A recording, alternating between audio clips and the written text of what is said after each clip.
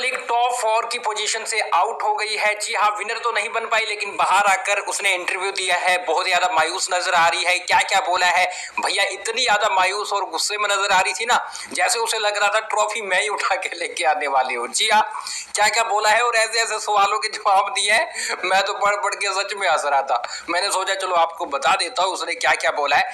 तो यहाँ पर गाइस सबसे पहले उससे पहला सवाल पूछा जाता है, कृतिका ट्रॉफी के इतने करीब पहुंचकर आप बेघर हो गई हैं, कैसा लग रहा है? तो यहाँ पर वो बोलती है, आप पूरा सीजन देख लीजिए, मैं ही अच्छा खेली हूँ। ओ भाई ये अब तक की फिनाले की सबसे बड़ी मजाक वाली लाइन मुझे लगी है और मैं इसे देखकर बहुत ज्यादा हंसा हूँ। फिर उसके बाद क्या बोलती है सुनना, और मैं अपनी रियल पर्सनैलिटी लेकर आई थी। अच्छा अनिल कपूर बेइज्जती करते हैं ना कि भैया किसको लग रहा है, किसको गुस्सा आ रहा है कि कृतिका मलिक टॉप 5 में पहुंची है।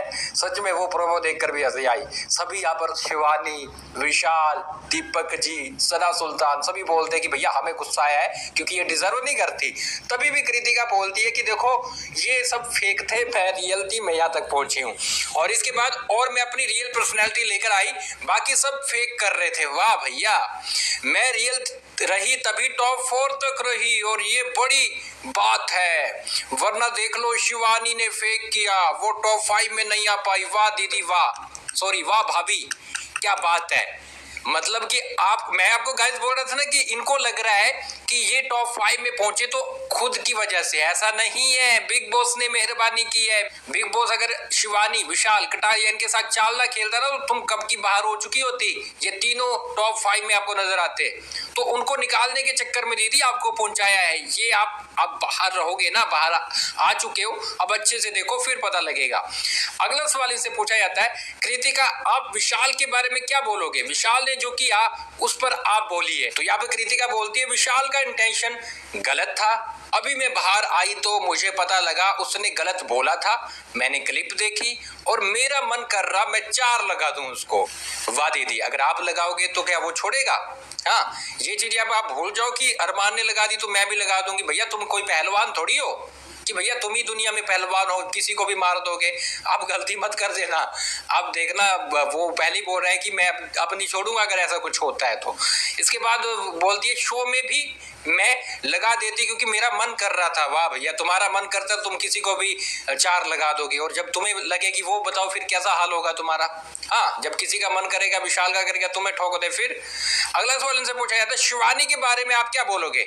आपने एक मुद्दा उठाया कि वो खाने में सफाई नहीं रखती, तो ये बोल रही है, बिल्कुल यार, मुझे सबने बोला कि तू सही थी क्योंकि मैंने अपनी आंखों से देखा वो खुजली करके इधर उधर हाथ लगा रही थी खाने में और बना रही थी।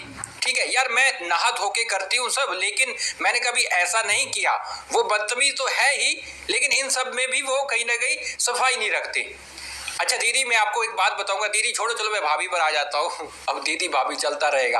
भाभी ये कि अभी आप ना बाहर आ चुकी हो ना, एक क्लिप देखना रील। आपने घर में पता क्या किया था, एक चम्मच उठाई, चक्कर वही चम्मच आपने दाल में पता नहीं क्या था, सब्जी वगैरह दाल थी, उसी में वापस डाल दी।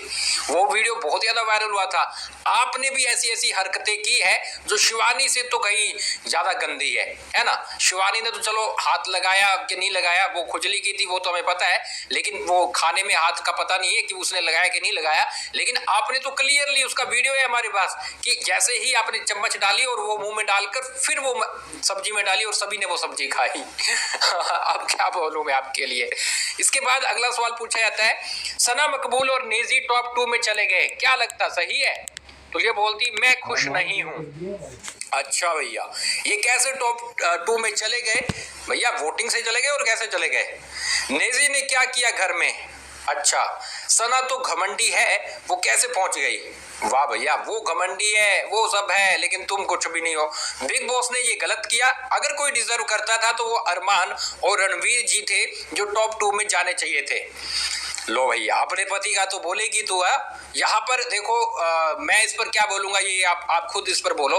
अगला सवाल इनसे पूछा जाता है, रणवीर जी से आपकी बहुत अच्छी बनी, क्या लगता वो विनर बनने चाहिए थे? हाँ, रणवीर बहुत अच्छा खेले, वो अच्छे इंसान हैं, मैं हमेशा उनके साथ रही हूं। अरमान के जाने के बाद भी तो रणवीर ही विनर बनने चाहिए, क्योंकि वो टॉप 3 में गए थे, वो शो के विनर थे। अच्छा, रणवीर जी ही एक ऐसे थे जो कृतिका को खरी खोटी सुना देते थे। मजा आता था जिस तरह से कृतिका की वो बेइज्जती कर देते थे। क्या रे चुप हो जा, क्या हरदम चाचा गोलू हरदम चाचा नहीं करा कर, ठीक है, चुपचाप खड़ी हो जा। हाँ, जो ज्यादा बोलता है वो पागल लगता है, इस तरह से वो बोलते थे। अगला सवाल इनसे पूछा जाता है, आपको अभी फिनाले में बोला गया है कि सब लोगों का गुस्सा आ रहा है, आपको फिनाले में देखकर क्या बोलोगे?